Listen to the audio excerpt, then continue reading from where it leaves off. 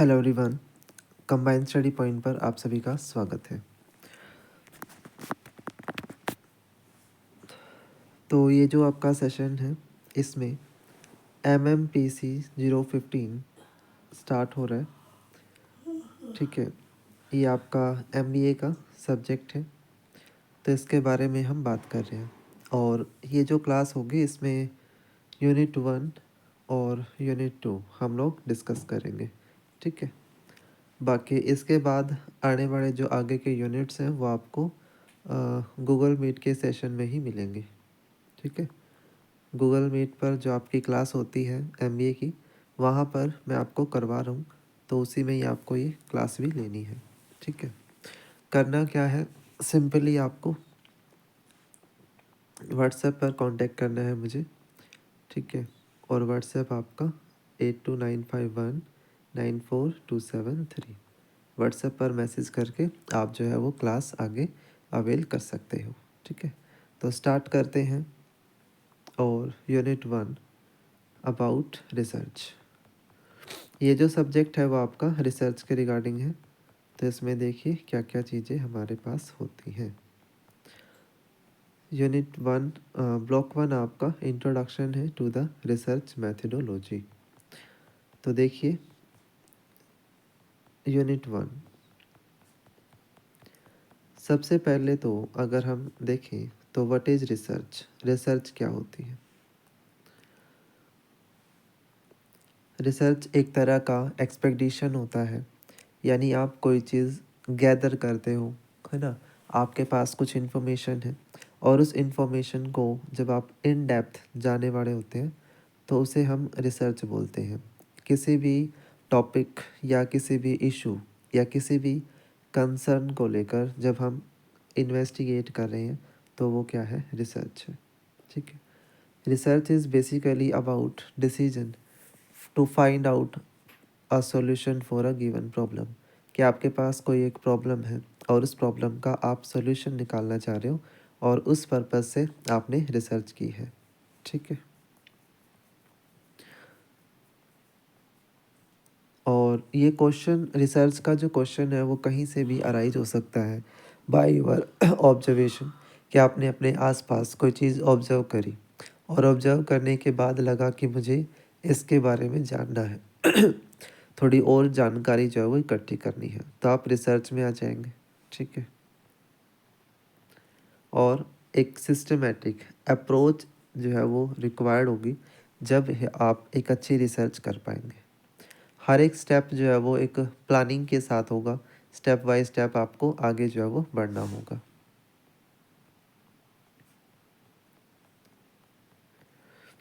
ठीक है, उसके बाद मेथडोलॉजी का क्या मतलब है। मेथडोलॉजी का मतलब है पैटर्न। अब हमें ये तो समझ आ गया कि we need to find a research, कि हमें रिसर्च का टॉपिक मिल चुका है और रिसर्च स्टार्ट करनी है। तो मेथडोलॉजी एक पैटर्न बताएगा एक सीक्वेंस बताएगा कि हमें कौन कौन से स्टेप्स फॉलो जो है वो करने हैं। ठीक है,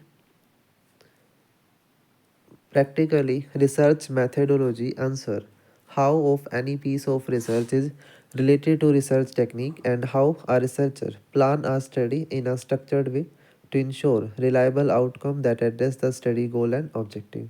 कि एक जो रिसर्चर है वो अपनी एक टेक्निक आइडेंटिफाई कर लेगा, उसके बाद एक प्लान बना लेगा और उस प्लान के मुताबिक क्या करेगा, स्टडी अपने गोल्स की करेगा। ठीक है, और अपने ऑब्जेक्टिव्स को एड्रेस करेगा ताकि तरीके से वो क्या कर पाए, इंफॉर्मेशन जनरेट कर पाए।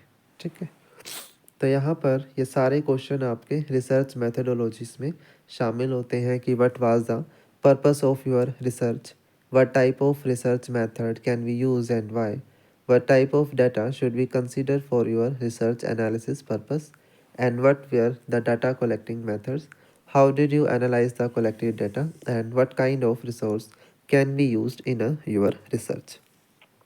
तो इस तरीके से हमारे जो रिसर्च से रिलेटेड क्वेश्चन हैं उनके हम क्या करेंगे, आंसर्स फाइंड आउट करेंगे। ठीक, उसके बाद नेक्स्ट आएगा research methods.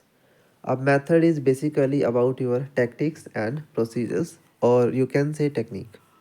The tactic procedures and technique used in collecting data or evidence for analysis to reveal new knowledge or generate a better understanding of a topic.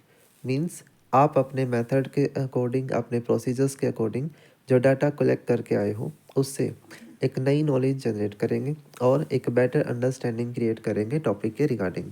तो वो क्या है, research का मेथड है। ठीक है। अब इसके लिए हम क्वालिटेटिव और क्वांटिटेटिव दोनों तरह के मेथड यूज़ करते हैं। डिस्क्रिप्टिव यूज़ कर सकते हैं, एक्सपेरिमेंटल यूज़ कर सकते हैं। There is number of method for the research. Depend करता है कि आपकी जो सिचुएशन है वो सिचुएशन कैसी है, उस सिचुएशन के मुताबिक हम क्या करते हैं, रिसर्च जो है वो कर रहे होते हैं। ठीक है। देखिएगा यहाँ पर business research method. A business research method refer to set of research procedure or technique used by organization to access its particular business venture। कि एक business venture की tactics को उसके जो method है उन्हें access हम करना चाह रहे हैं, तो उसमें जो भी आपने research यूज़ करी तो वो क्या है, business research method है। Business research may assist in determining the potential desire of the client and allowing to design the better goods and services। कि जो बिजनेस रिसर्च है वो आपको आपके एज अ क्लाइंट आपको एक डिज़ायर क्रिएट करके देती है और उसको आप ये फोकस करते हैं कि हमें बेटर से better goods and services design करनी है। तो उसके लिए जो भी प्रॉब्लम्स आएंगी, तो प्रोडक्ट डिज़ाइन करने से पहले हम एक रफली आइडिया लेना चाहेंगे और वो रफली आइडिया किससे आएगा, रिसर्च के जरिए आएगा। Some of the critical area where the business research can be used. आप अगर बिजनेस रिसर्च यूज़ करते हैं तो कहाँ कर सकते हैं, where you reducing risk. Any company large और small should try to minimize risk where ever feasible. चाहे कंपनी बड़ी हो चाहे छोटी हो, हर एक कंपनी ये चाहती है कि उसका रिस्क कम से कम हो, तो इस वजह से वो बिजनेस रिसर्च कर सकती है। Identify threats for the business, कि बिजनेस के लिए थ्रेट्स क्या हैं उन्हें वो जानना चाहती है। Help business to build a customer centric approach, कि बिजनेस जो है वो एक ऐसी अप्रोच जानना चाहता है जिससे वो कस्टमर्स को सेंटर कर पाए, यानी उन पर ज़्यादा फोकस कर पाए। फोरकास्ट देयर रेवेन्यू, अपनी जो अर्निंग है या जो रेवेन्यू है उसे फोरकास्ट करना चाहते हैं। या फिर एक्वायरिंग अ मोर कॉम्पिटिटिव बिजनेस, ज़्यादा कॉम्पिटिटिव बिजनेस एक्वायर करना चाह रहे हैं। ठीक है। तो ये सारे वो कारण हो सकते हैं जिसकी वजह से बिजनेस रिसर्च हम कर रहे हैं। उसके बाद there is different types of research, अलग अलग तरह की हमारे पास रिसर्च जो है वो आ जाती है।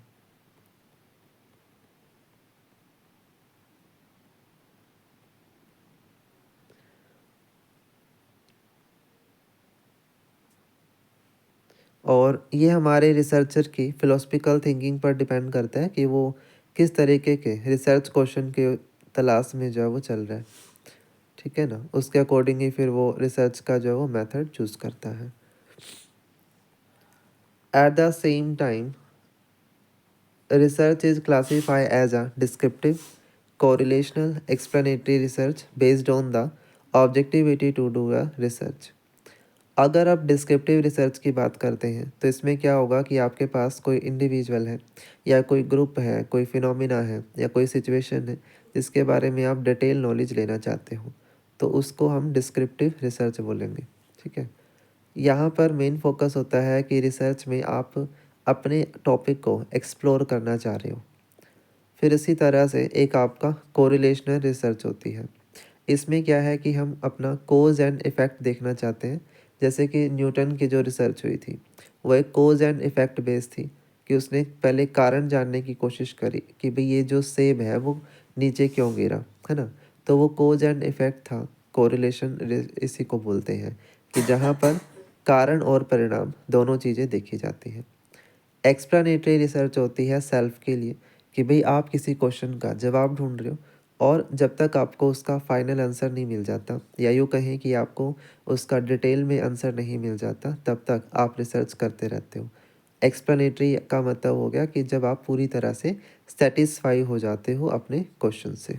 ठीक है। इसी तरीके से सोशल रिसर्च हो सकती है जो किसी सोसाइटी के पर्सपेक्टिव से की गई है।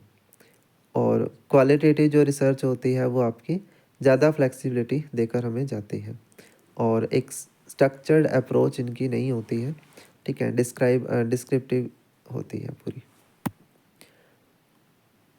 और अगर हम रिसर्च को और कैटेगराइज करते हैं तो इसमें क्वांटिटेटिव और क्वालिटेटिव तरह की रिसर्च आती हैं। जैसे क्वांटिटेटिव वो होती हैं जहाँ पर आप किसी भी तरीके का साइंटिफिक रिलेशन देखने की कोशिश कर रहे हैं, और क्वालिटेटिव जो है वो आपका किसके लिए होता है, जब आपकी फ़िलोसफिकल बेस्ड होती है।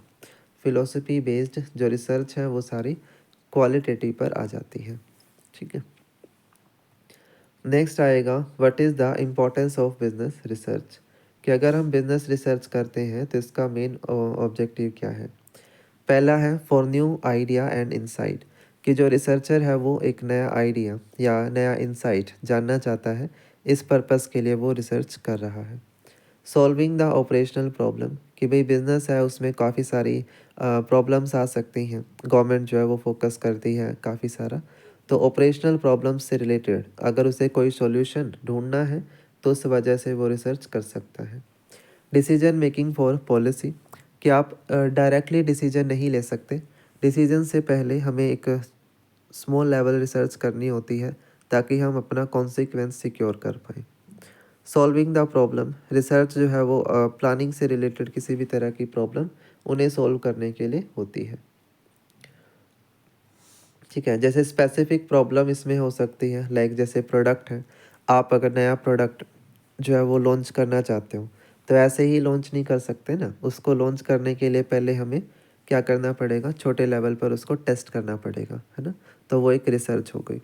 प्राइस है, प्राइस को अगर हमें चार्ज करना है तो प्राइस सेंसिटिव बिहेवियर होता है प्रॉपरली कस्टमर्स का, तो हमें ये जानना होगा कि हमारा कस्टमर कितना वैल्यू जो है वो पे कर सकता है।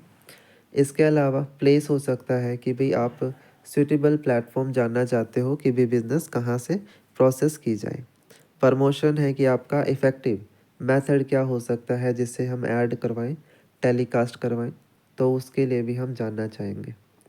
बिजनेस डिसीजंस के लिए हो सकता है जहाँ पर मार्केट रिसर्च या ऑपरेशनल रिसर्च जो है वो कंसीडर होती है। स्टूडेंट्स के लिए है कि वो अपनी मास्टर डिग्री करने के बाद जब पीएचडी वगैरह परस्यू करते हैं तो उसमें वो रिसर्च का टॉपिक फाइंड करेंगे, ठीक है। To generalize the new theory, कोई थियरी है उसको जनरलाइज करने के लिए हम रिसर्च कर सकते हैं, ठीक है। उसके बाद role of research in the important areas, कि जो आपका रिसर्च है इसका अलग अलग एरियाज़ में क्या रोल रहता है। सबसे पहला तो मार्केटिंग में रोल रहता है कि भाई ये आपका मार्केटिंग डिसीजन लेने में हेल्प करती है, ठीक है। प्रोडक्शन है, उसमें आप प्रोडक्शन से रिलेटेड डिसाइड करते हो कि आपको कितना प्रोड्यूस करना है और किन के लिए प्रोड्यूस करना है, तो इन सारे क्वेश्चंस का आंसर रिसर्च के ज़रिए ही मिल सकता है।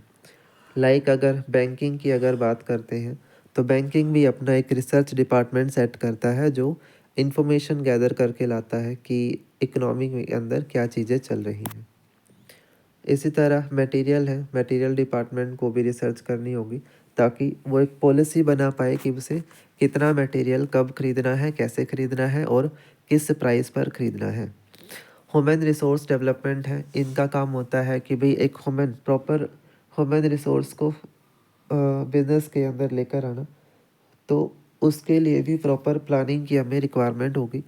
क्या उनके पेमेंट रेट होंगे, इंसेंटिव स्कीम्स होंगी, एम्प्लॉयमेंट ट्रेंड हमारा कैसा है, परफॉर्मेंस अप्रेजल कैसे किया जाएगा, ये सारे मेथड हमें देखने होंगे, तो उसे हम ह्यूमन रिसोर्स डेवलपमेंट कह देंगे और उसके लिए रिसर्च की जो है वो रिक्वायरमेंट हो जाएगी।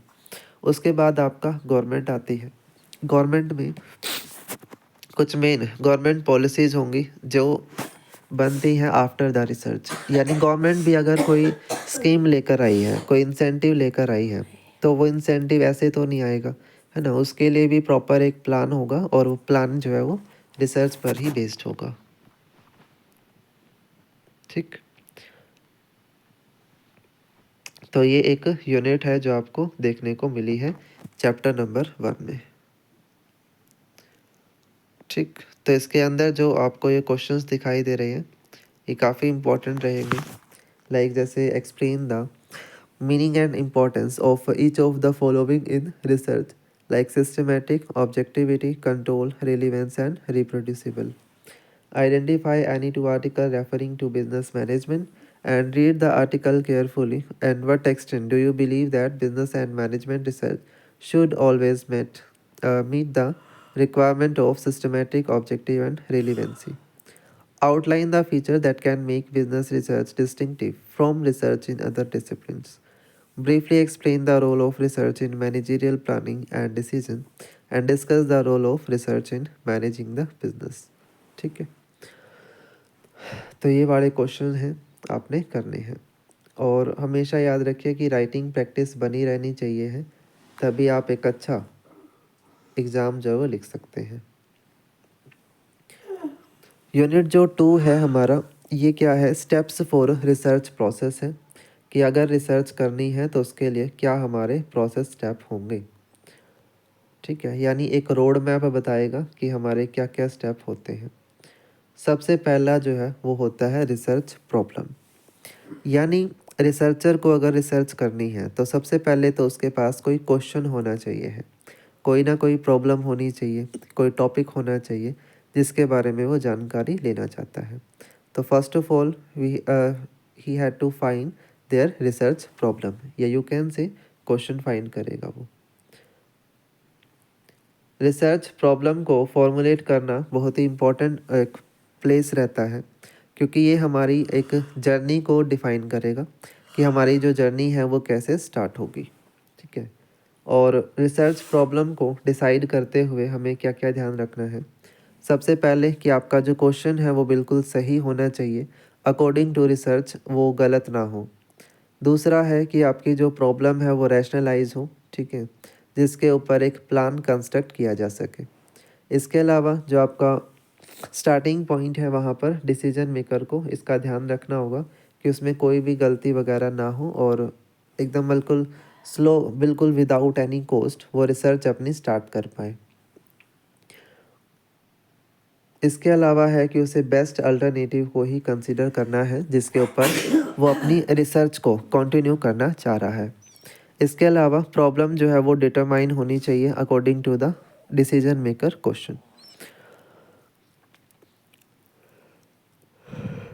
इसके अलावा आपके पास क्या अल्टरनेटिव ऑप्शंस हैं जिस पर आप रिसर्च कर सकते हो, तो उन सब अल्टरनेटिव्स को भी आप एक प्रॉपर तरीके से क्या करेंगे, स्टडी करेंगे और उसके बाद ही रिसर्च की प्रॉब्लम लेंगे और सारे के सारे जो आपके क्राइटेरियाज हैं उन्हें प्रॉपरली इवेलुएट करेंगे।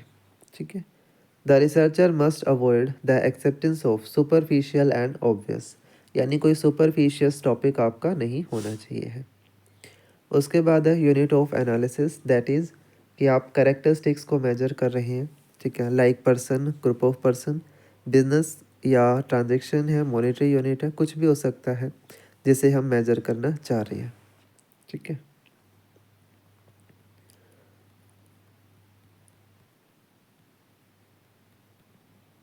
ठीक है, क्लियर है ये चीज़ें।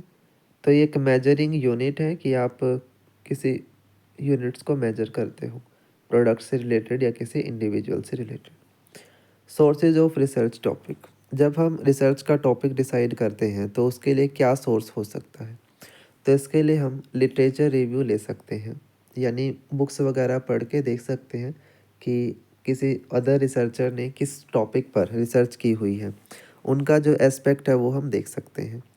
तो इसमें एक तो स्टडी पॉपुलेशन है और प्रॉब्लम, फिनोमिना एंड प्रोग्राम, ये हमारे सब्जेक्ट एरिया होते हैं, तो उसके मुताबिक ही रिसर्च का टॉपिक फिर डिसाइड होता है। दूसरा ये भी है कि जो रिसर्चर है उसका इंटरेस्ट होना चाहिए है उस एस्पेक्ट को लेकर, उस सब्जेक्ट को लेकर। Consideration in selecting a research problem, जब आप एक रिसर्च प्रॉब्लम कंसीडर करते हैं तो क्या क्या चीज़ें फोकस करेंगे।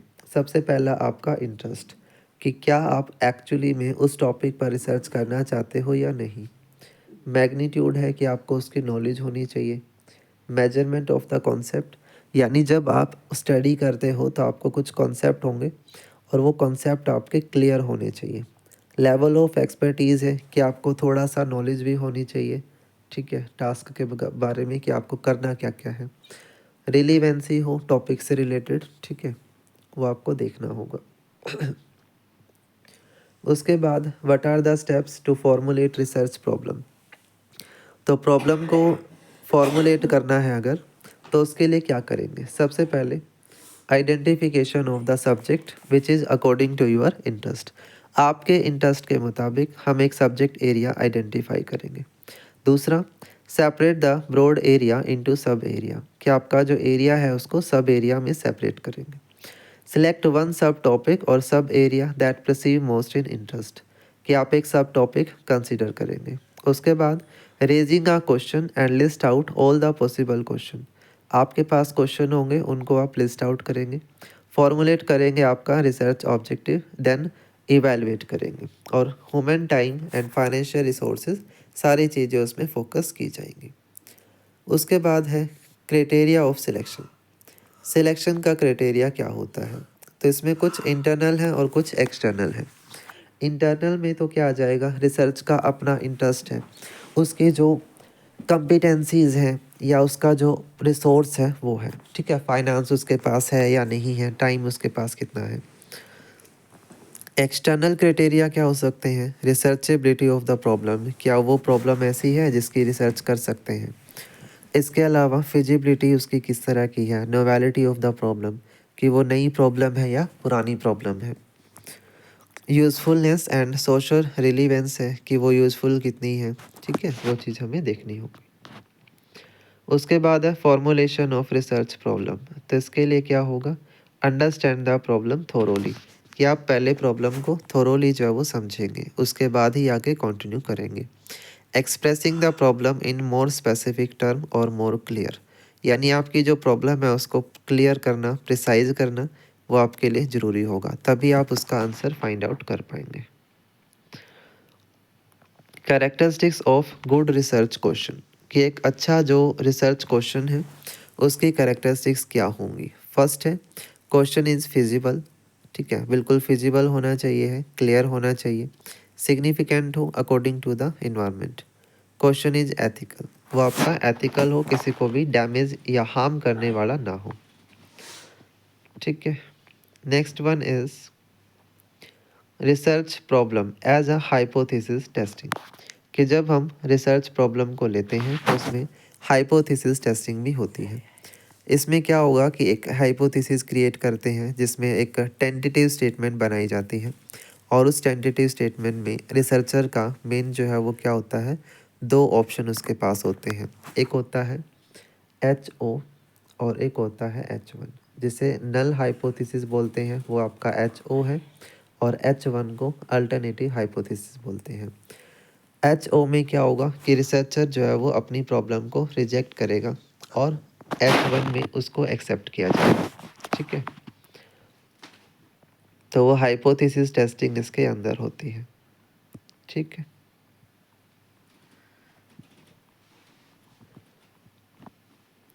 Extensive literature review in the research, उसके बाद है लिटरेचर रिव्यू, कि आपको प्रॉब्लम मिल गई तो उसका लिटरेचर रिव्यू होगा और उस टॉपिक से रिलेटेड जितना पॉसिबल नॉलेज है वो आप ले सकते हैं। रिसर्च के अंदर वो दिया होता है। इसमें गैप आइडेंटिफिकेशन हो जाता है कि आपसे पुराने जो रिसर्चर है उन्होंने क्या टॉपिक रिसर्च में लिए और उनकी रिसर्चर में क्या कमियां रही हैं, है ना, तो वो आप अपनी नई रिसर्च में शामिल कर सकते हैं। Improving the current research methodology, आपका जो रिसर्च मेथड है उसे आप अच्छा कर सकते हो। Positioning in an existing body of knowledge, आप अपने आप को पोजीशन कर सकते हो कि आप कहाँ पर स्टैंड कर रहे हो as a body of knowledge. Sources of existing literature, वो आप फाइंड आउट कर सकते हैं। तो उसके लिए क्या हो सकता है, कोई जर्नल हो सकती है, कोई कॉन्फ्रेंस हो सकती है, कोई गवर्नमेंट रिपोर्ट है, कोई बुक है, जिसकी हेल्प लेकर आप लिटरेचर रिव्यू कर सकते हैं। फिर है development of working hypothesis, literature review के बाद हाइपोथेसिस जो है वो क्रिएट होती है, इसके बारे में हमने अभी बात कर ही ली थी। उसके बाद है प्रिपेयरिंग द रिसर्च डिज़ाइन, यानी आपको जब ये पता चल गया कि रिसर्च प्रॉब्लम है क्या, तो उसके बाद उसका एक कॉन्सेप्चुअल स्ट्रक्चर हम तैयार करेंगे जिसे रिसर्च डिज़ाइन बोलते हैं।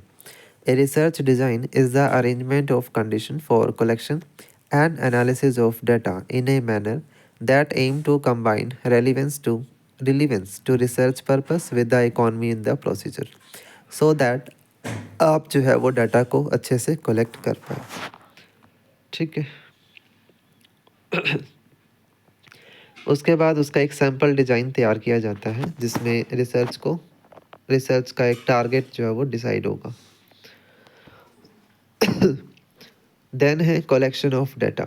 जब आप इसमें रिसर्च में आएंगे तो डाटा भी कलेक्ट करेंगे, और डाटा कलेक्ट करने के लिए हम प्राइमरी और सेकेंडरी दो डाटा इसमें हो सकते हैं। प्राइमरी डाटा होता है जिसे फर्स्ट हैंड इंफॉर्मेशन बोलते हैं कि रिसर्चर खुद से डाटा कलेक्ट करता है और उसके लिए क्वेश्चनेयर, ऑब्जर्वेशन या फिर हम अगर बात करें तो एक्सपेरिमेंटेशन मेथड यूज़ करता है। जबकि सेकेंडरी डाटा कलेक्ट करने के लिए वो ऑलरेडी जो डाटा रिकॉर्ड हो चुका है उसकी हेल्प लेता है और रिसर्च जो है वो कंप्लीट करता है। ठीक है। एनालिसिस ऑफ डाटा है जिसमें डाटा कलेक्ट करने के बाद हम अपने प्रोसीजर देखते हैं और उस डाटा को समराइज़ करते हैं, रीअरेंज करते हैं और उससे एक यूज़फुल इंफॉर्मेशन निकालते हैं। रॉ डाटा को इंफॉर्मेशन में कन्वर्ट करना, यही उसका एनालिसिस होता है। फिर उसके बाद जनरलाइजेशन होगा, हाइपोथेसिस टेस्ट हो गया, इंटरप्रिटेशन किया जाएगा और आप एक थियरी जो है वो फॉर्म कर लेंगे। ठीक है। प्रिपरेशन ऑफ रिपोर्ट और थीसिस, कि जब हम एक रिपोर्ट का थीसिस बना रहे तो उसमें क्या क्या चीज़ें होती हैं। सबसे पहले प्रिलिमिनरी पेज होंगे जिसमें रिपोर्ट का टाइटल लिखा होगा। फिर उसके बाद इंट्रोडक्शन होगा जिसमें क्लियर स्टेटमेंट होगी रिसर्च की, कि स्टेटमेंट रिसर्च को बता रही होगी। मेन रिपोर्ट में बॉडी ऑफ द रिपोर्ट आ जाएगा। समरी ऑफ फाइंडिंग में कि आपकी रिसर्च में आपने क्या ढूंढा वो आप लिखेंगे। रिकमेंडेशन आप बता सकते हो। कंक्लूजन में आपका एंडिंग पॉइंट होगा, यानी उसमें कोई रिजल्ट होगा जो आपने बताया। At the end of the report हम उसमें इनलिस्ट करते हैं बिब्लियोग्राफी, जिसमें list of book, journal, report, ये सारी चीज़ें जो है वो क्या होंगी, फंक्शन जो है वो करी जाएंगी। ठीक है। और इस तरीके से आपकी रिसर्च कंप्लीट होगी। ठीक। तो ये जो यूनिट है इसमें हमारा मेन क्वेश्चन यही है कि जो रिसर्च का प्रोसेस है वो क्या है। ठीक है। और इसके अलावा आपको एक प्रॉब्लम दे कर के भी इस टॉपिक से क्वेश्चन पूछे जा सकते हैं। ठीक है। तो ये आपका आज का सेशन रहा। बाकी मेरे जो सोशल मीडियाज़ हैं उन्हें आप ज्वाइन कर लीजिए। सोशल मीडिया लिंक आपको डिस्क्रिप्शन से मिल जाएंगे। ठीक है। चलिए, तो आज के लिए इतना ही रखेंगे। Thank you so much.